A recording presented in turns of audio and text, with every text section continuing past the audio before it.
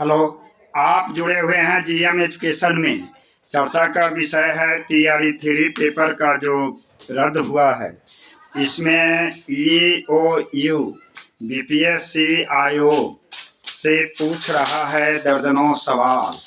एक एक करके हम चर्चा करेंगे शिक्षा जगत से जुड़ी खबरों में, जो टीआरई 1, टीआरई 2 और टीआरई 3 के ऐसे अभ्यर्थी जो मेरिट वाले हैं या परीक्षा में कदाचार के कारण जो अभ्यर्थी शिक्षक नहीं बन पाए हैं, उनकी निगाहें टिकी हुई है ईएयू की निष्पक्षता से जांच के बारे में।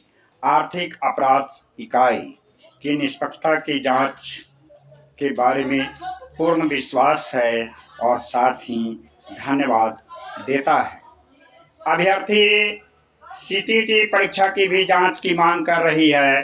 टीआरई 1, टीआरई 2 के पेपर का भी जांच कर रही है कि टीआरई 3 की परीक्षा रद्द हुआ, क्या इसकी तार टीआरई 1 और टीआरई 2 के परीक्षा से है। सीटीटी की परीक्षा में जो ऑफलाइन होता था उसमें 5% रिजल्ट निकलता था और ऑनलाइन में परसेंटेज अधिक क्यों? क्या सीटीटी की परीक्षा दक्षता परीक्षा जो हुई थी उसमें एकाएक मेरिट वाले अभ्यर्थी की बाढ़ आ गई थी? यह भी जांच का विषय है और इसकी भी जांच निष्पक्षता से होनी चाहिए, यह मांग कर रहा है प्रदेश के शिक्षक अभ्यर्थी। और टीआरई 1 और टीआरई 2 के पेपर का भी निष्पक्षता से जांच की मांग कर रहा है। पता चला है, जैसे सोशल मीडिया से खबर आ रही है, अखबार की खबर आ रही है कि पटना के 90 फीट के पास सेटिंग कार्यालय था और जिसके जो कि विशाल चौरसिया के गिरोह के सदस्य शुभम, सुमित, विक्की, अभिषेक यह सेटिंग करते थे और वहीं पर पैसों की डील होता था।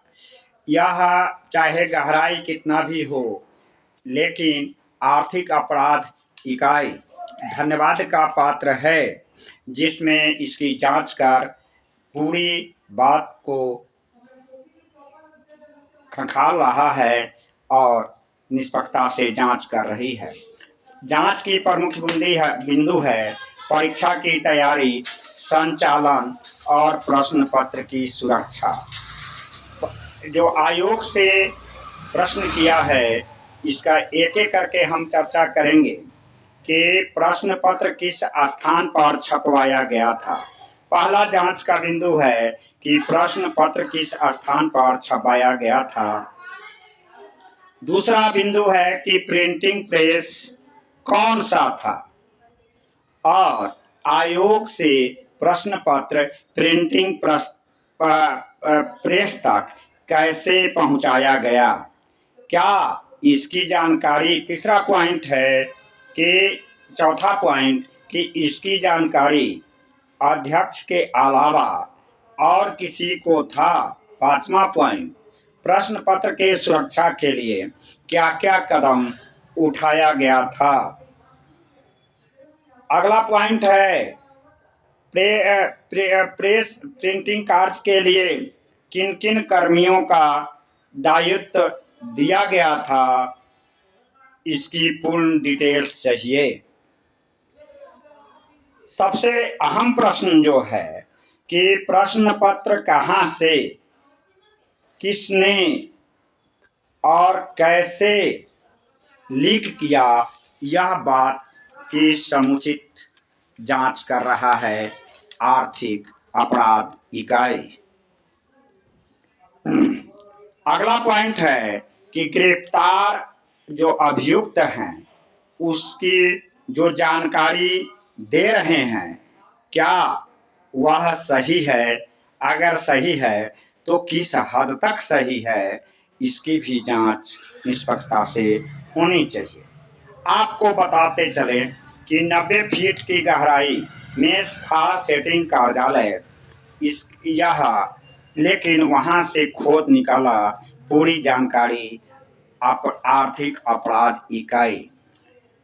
और इसमें जो विश्वास सूत्र सोशल मीडिया से खबरें आ रही है कि आयोग के भी अधिकारी इसमें शामिल हैं।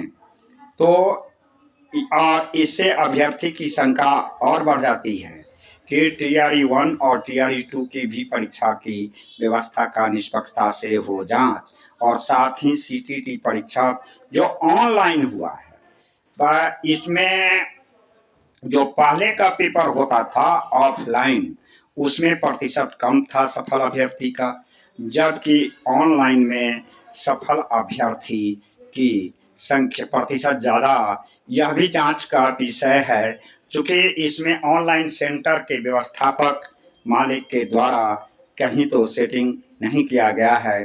अभ्यर्थी की निगाहें इस बात पर भी टिकी हुई है।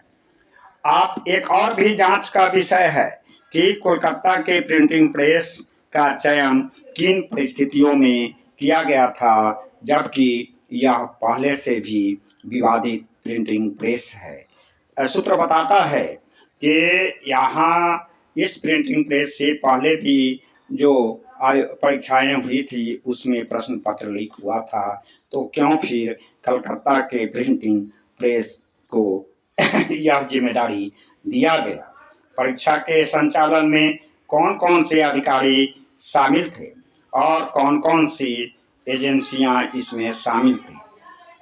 जो आर्थिक अपराध इकाई से आयोग जो जानना चाह रहा है, दर्जनों सवाल, और दर्जनों सवाल के जवाब मिल जाने पर अभ्यर्थी टीआरई 1 और टीआरई 2 और सीटेट की ऑनलाइन परीक्षा की निष्पक्षता से कर रही है जांच की मांग।